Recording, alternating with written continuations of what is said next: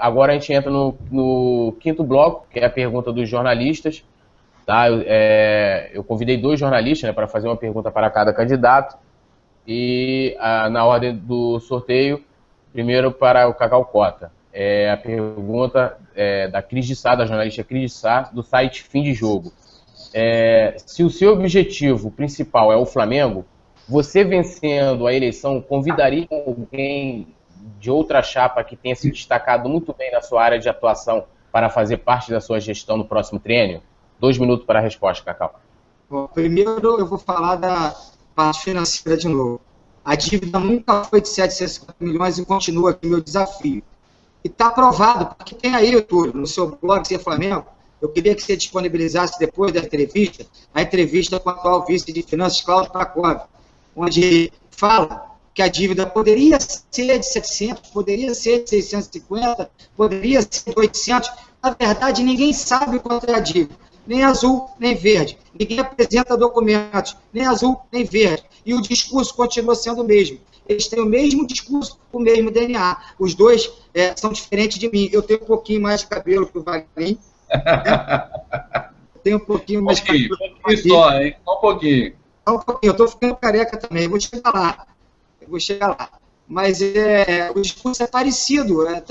Quem vota na chapa azul, na chapa verde, é muito parecido ideologicamente pensando o Flamengo. E a gente pensa diferente. E eu penso diferente nisso também. Por isso que o nome da minha chapa é União Rubro-Negra. Como é que eu posso abrir mão de um rubro-negro como Eduardo Bandeira de Melo, de um rubro-negro como Valim Vasconcelos, de um rubro-negro como BAP, de um rubro-negro como Tosh, de um rubro-negro como Cláudio Pracov, como Flávio Villeman, como Frobel. Eu acho que todos, independente de ocupar cargos ou não, inclusive na minha chapa, como é que eu vou abrir mão do Paulo César, que é meu vice? Como é que eu vou abrir mão do Yuri Sayone, do Arnaldo Cardoso, do Luiz Marovitch da Hebraica, do Marcelo Falhalber, da experiência dessas pessoas todas? Eu acho que gerir o Flamengo, Valim, dividido, unido é impossível.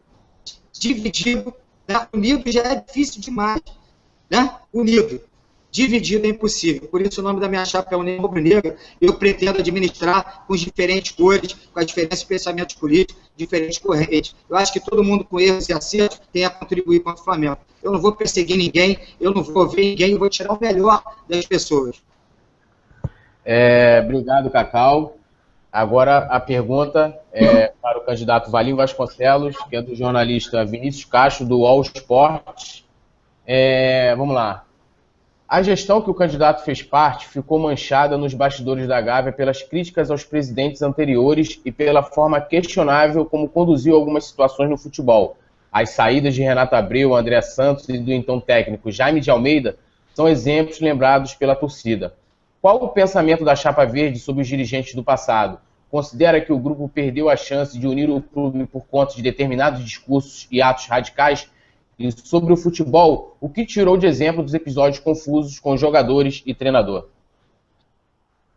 Bom, a gente assumiu no futebol do Flamengo numa situação difícil, né? Salários atrasados, por exemplo, o Dorival não recebia desde o início, a parte do salário não recebia, estava 6 meses, outro com direito de mais de 9 meses. Então, salários atrasados, jogadores com salários altos, treinador com salário alto, jogadores desmotivados, enfim, e que não estavam mais comprometidos com a camisa do Flamengo, com a vontade de vencer. Então, a gente teve que fazer uma reformulação grande no elenco, e o afastamento de alguns jogadores foi consequência disso, da gente entender que eles não mais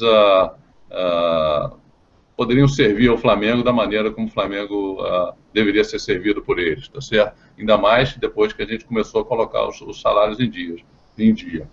É óbvio que tivemos muitos acertos, tivemos muitos erros, e o futebol você não consegue acertar 100% mesmo, tá? Agora, conseguimos dar uma organizada no futebol com todas as dificuldades que a gente tinha, conseguimos implantar disciplina, conseguimos implantar a organização, e o futebol do Flamengo tinha comando, coisa que hoje não tem nem no futebol, nem no clube, tá certo? E como consequência disso, com todos os erros e acertos, o Flamengo ganhou um título da Copa do Brasil, foi para a Libertadores, ganhou uma Taça Guanabara e um Campeonato Carioca. Quer dizer, aliás, muito mais do que os 3 anos da presidente Patrícia, que a presidente Patrícia ganhou também. E com muito mais dinheiro, até porque, como não pagava imposto, sobrava mais dinheiro para contratar, e a gente viu aí a questão do Ronaldinho, etc, etc e tal. Então, foi uma passagem de futebol que eu digo, no meu caso, eu acho que foi positiva. Eu acho que todo mundo que me criticava hoje era feliz e não sabia, e até porque o futebol hoje tem muito mais dinheiro, mas não tem comando, né? O presidente não tem comando nem no clube, nem no futebol, e aí o futebol fica nessa situação que está hoje, com muito dinheiro e com pouca performance. Então, eu diria que, enfim, erros e acertos acontecem, a gente obviamente procura sempre acertar e vamos procurar melhorar nos próximos 3 anos. Obrigado aí aos dois, né? A gente encerra aqui o 5º bloco, já estamos terminando. Rapidinho, né?